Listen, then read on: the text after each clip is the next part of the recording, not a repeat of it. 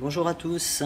Alors aujourd'hui je vais vous expliquer comment j'ai réussi à faire fonctionner mon petit module TBS Crossfire Nano avec cette bonne vieille Graupner MX16. Voilà.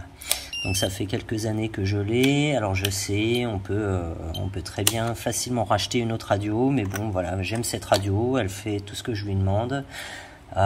J'ai pas besoin d'aller plus loin dans l'exploitation de la radio. Donc voilà. Alors le drone utilisé, c'est une copie de Flywoo LR4. Voilà, la frame en tout cas. Dessus, c'est une Mamba MK2 stack. Avec en vidéo, c'est une AKK, j'ai oublié le nom. AKK quoi? AKK. Non, c'est une AKK FX3. Voilà. Ok, donc avant j'utilisais un récepteur Graupner, tout était en ppm, mais bon, portée lamentable, hein, je veux dire une cinquantaine de mètres derrière moi avec quelques arbres, ça commençait à biper, donc bon, c'est un petit peu agaçant. Voilà. Donc j'ai opté pour un système TBS. Voilà. Mais avant tout, j'ai essayé de me renseigner sur le web, est-ce que c'est possible? Et puis j'ai vu qu'on pouvait utiliser la prise DSC du simulateur, ici, que voilà, avec un jack, donc à bricoler, etc. Bon, maintenant le problème qui s'est passé, c'est que moi j'ai trouvé des plans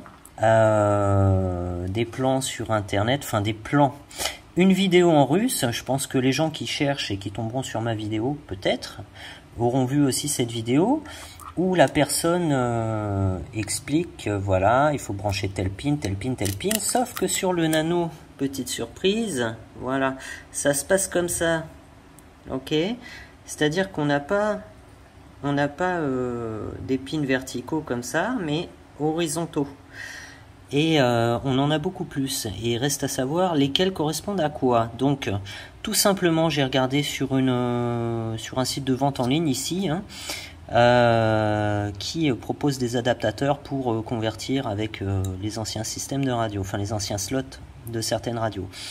Donc voilà, il y a juste eu à regarder la couleur des câbles, où ça allait se placer. J'ai fait des tests avant quand même, hein. Et voilà. Donc ce que j'ai fait, j'ai glissé des pins, voilà, ici, dans les slots, dans les prises correspondantes, donc des broches dans les prises correspondantes. Donc ici, la première, je sais pas si vous voyez bien, ici la noire, de toute façon j'ai respecté un peu les couleurs, ça aide, hein. La noire en numéro 2, donc c'est le ground, d'accord, le moins. Ensuite, la troisième broche juste à côté, c'est le positif. Et la cinquième broche, tout simplement le signal. Donc par souci, alors je sais que c'est un petit peu dommage, mais j'ai mis un petit point d'éteint à chaque fois parce que j'ai pas envie que ça se dessoude, que ça se retire, que ça s'enlève, on sait pas, avec un doigt qui vient ripper derrière la radio, j'en sais rien, hein, voilà. Sécurité avant tout. Donc voilà, un petit point d'éteint et ça ne bougera plus. Donc regardez bien. Ici, numéro 1, il n'y a rien. Numéro 2, le moins. Numéro 3, le positif. Le numéro 4, il n'y a rien. Et numéro 5, on a donc le signal. Voilà. Donc, à savoir que sur une prise de jack, là j'ai pris une prise de jack stéréo.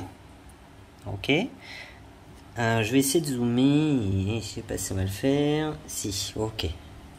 Donc, celle du bas, là, le plus gros plot, ça c'est la masse. D'accord, le ground. Au milieu, il n'est pas connecté. Et le dernier, c'est le signal. Ok. Je suis désolé pour la qualité de la vidéo amateur, mais bon, c'est pas mon boulot. Ok, donc j'ai mis un petit adhésif là, histoire de bien protéger tout ça, hein, parce que voilà. Donc le branchement il est simple. Ici, donc il faut l'alimenter, il faut penser à l'alimentation également. Donc c'est alimenté avec une lipo. Là pour le coup j'ai pris une 2S, hein, 550 milli pour faire l'essai. Et de l'autre côté, voilà. Donc je vais essayer de joindre un petit schéma.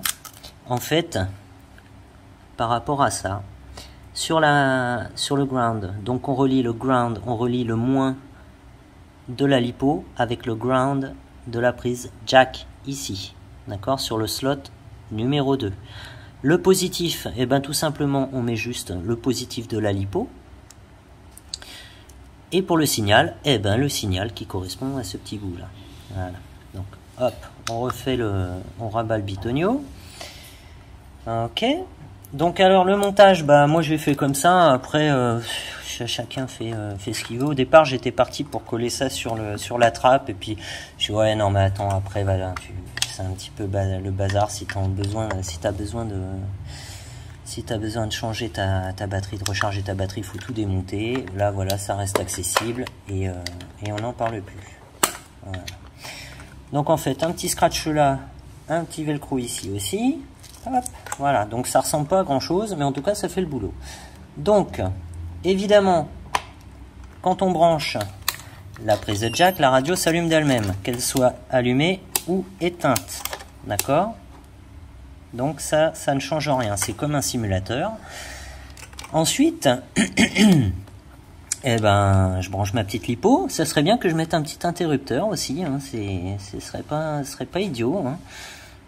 Voilà. Donc la LiPo est branchée, tout va bien. Et puis ben on va alimenter le bestiau. Hop. Donc voilà, c'est bien reconnu, d'accord. Et donc toutes les fonctions, enfin tout est paramétré hein, évidemment. Tout ce que j'ai paramétré, ça fonctionne. J'ai fait un contrôle sous beta flight, sous beta flight, pardon, il n'y a pas à se prendre le chou. Par rapport à la Mamba, vous câblez comme c'est écrit dans le manuel. Il reste juste à mettre le protocole qui va bien dans la partie radio avec serial receiver. Ok. Donc voilà, bah tout simplement, je vais me reculer. Et juste l'armer, hein, je vais pas voler. Hein. Évidemment, donc on arme, ça fonctionne, hein. Ok,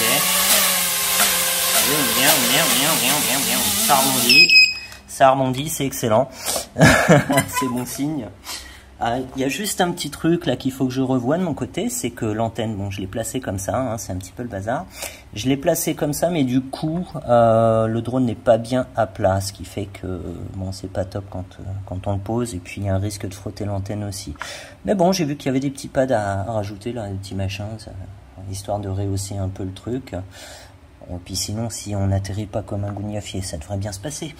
Voilà, donc n'hésitez pas s'il y a quelques questions. Après, j'ai essayé de détailler, j'essaye d'aider un petit peu, si ça peut aider quelques-uns à recycler une vieille radio. Alors là, pour le coup, c'est sur un Grotner, mais là, comme c'est monté là, on le prend, on le met sur une Spectrum, normalement, il n'y a pas de problème. Normalement, j'ai pas fait le test, hein, mais en toute logique, ça devrait fonctionner. Voilà. Merci beaucoup d'avoir regardé. À bientôt.